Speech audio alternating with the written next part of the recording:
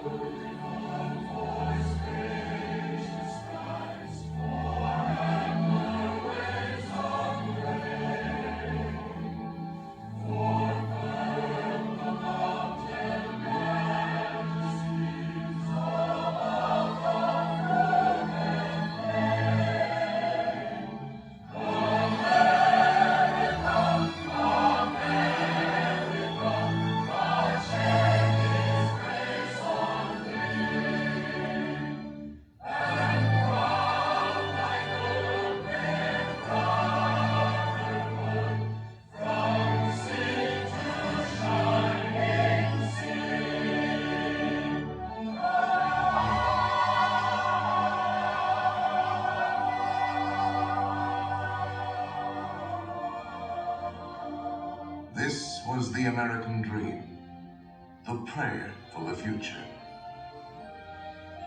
But that golden goal was not to be had without cost. The American way was not gained in a day. It was born in adversity, forged out of conflict, perfected and proven only after long experience and trial. In all of history, no man was dedicated to this dream more than the 16th President of these United States, Abraham Lincoln. Here in his own words is what he once wrote about himself. For at that time, very few people outside Illinois knew very much about this man from the prairie. I was born February 12th, 1809, in Hardin County, Kentucky. My father removed from Kentucky to what is now Spencer County, Indiana, in my 8th year. It was a wild region, with many bears and other wild animals still in the woods. There I grew up. I was large for my age, and had an axe put into my hands at once. And from that to my 23rd year, was almost constantly handling that most useful instrument. I think that the aggregate of all my schooling did not amount to 1 year. At 21, I came to Illinois. Thought of trying to study law. Rather thought I could not succeed at that without better education. I borrowed some law books, took them home, and went at it in good earnest. In 1854, the law profession had almost superseded the thought of politics in my mind, when the repeal of the Missouri Compromise aroused me as I had never been before. What I have done since then is pretty well known. If any personal description of me is thought desirable, it may be said I am in height, 6 feet 4 inches, nearly, lean in flesh, weighing on an average of 180 pounds, dark complexion, with coarse black hair and gray eyes, and no other marks or brands recollected. Yours very truly, A. Lincoln. Abraham Lincoln became president faced with the terrible threat of civil war, a thing he dreaded, yet a calamity he was prepared to meet if he must. Without union, the Constitution is only a piece of paper. I know there is a God, and that he hates injustice and slavery. I see the storm coming. I know his hand is in it. If he has a place, work for me. And I think he has. I believe I'm ready. And with God's help, I shall not fail.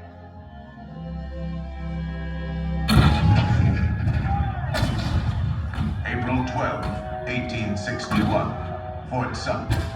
the cannon spoke for war. Civil war, violent, devastating. Now had come the reckoning, the supreme test that would decide whether a republic founded on liberty could survive the terrible strife of men's passions.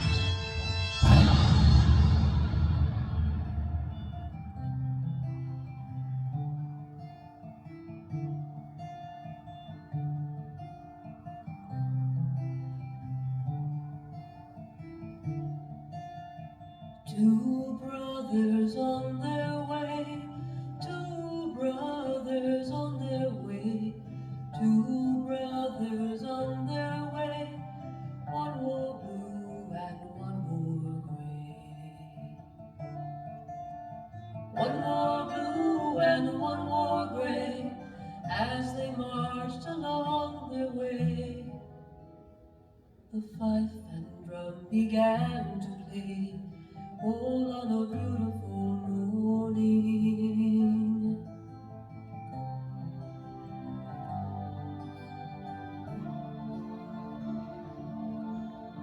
One was gentle, one was kind. One was gentle, one was kind. One came home, one stayed behind. A cannonball, don't pay no mind. A cannonball, don't pay no mind. If you're gentle or if you're kind. It don't think of the foes behind. All on a beautiful morning. All on a beautiful morning.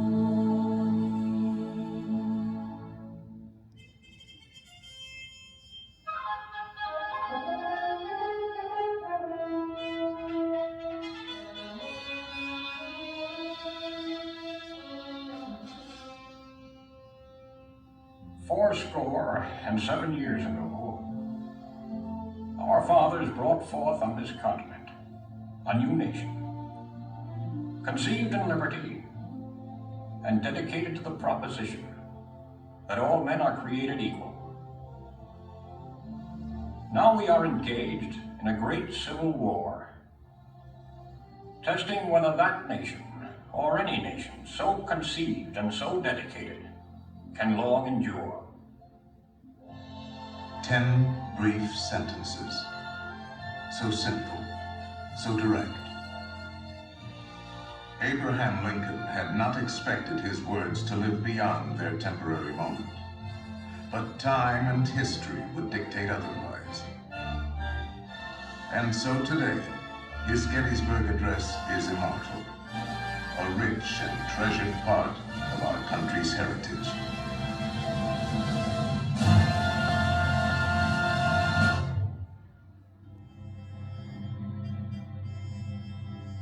We pay tribute here not to a man who lived a century ago, but to an individual who lives today in the hearts of all freedom-loving people. His prophetic words are as valid for our time as they were for his. And now, the skills of the sculptor and the talents of the artist will let us relive great moments with Mr. Lincoln.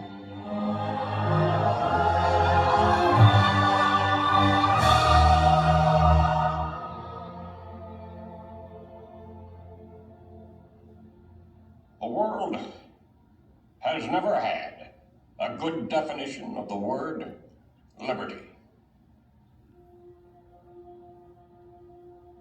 And the American people just now are much in want of one.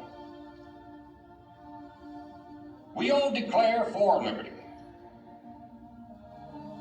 but in using the same word,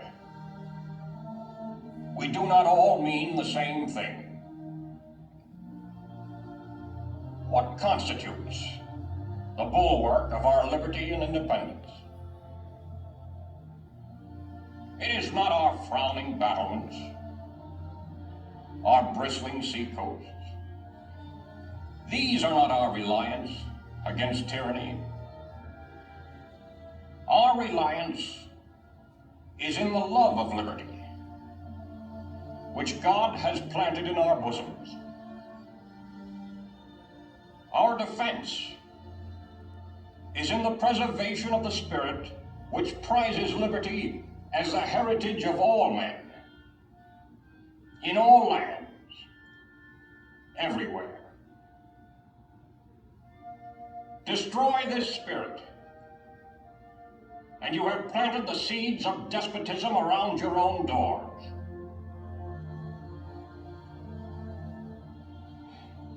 At what point shall we expect the approach of danger?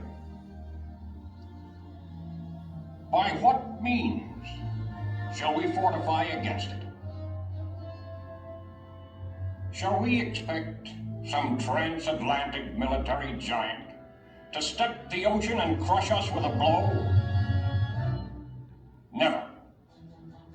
All the armies of Europe, Asia, and Africa combined could not by force take a drink from the Ohio or make a track on the Blue Ridge in a trial of 1,000 years.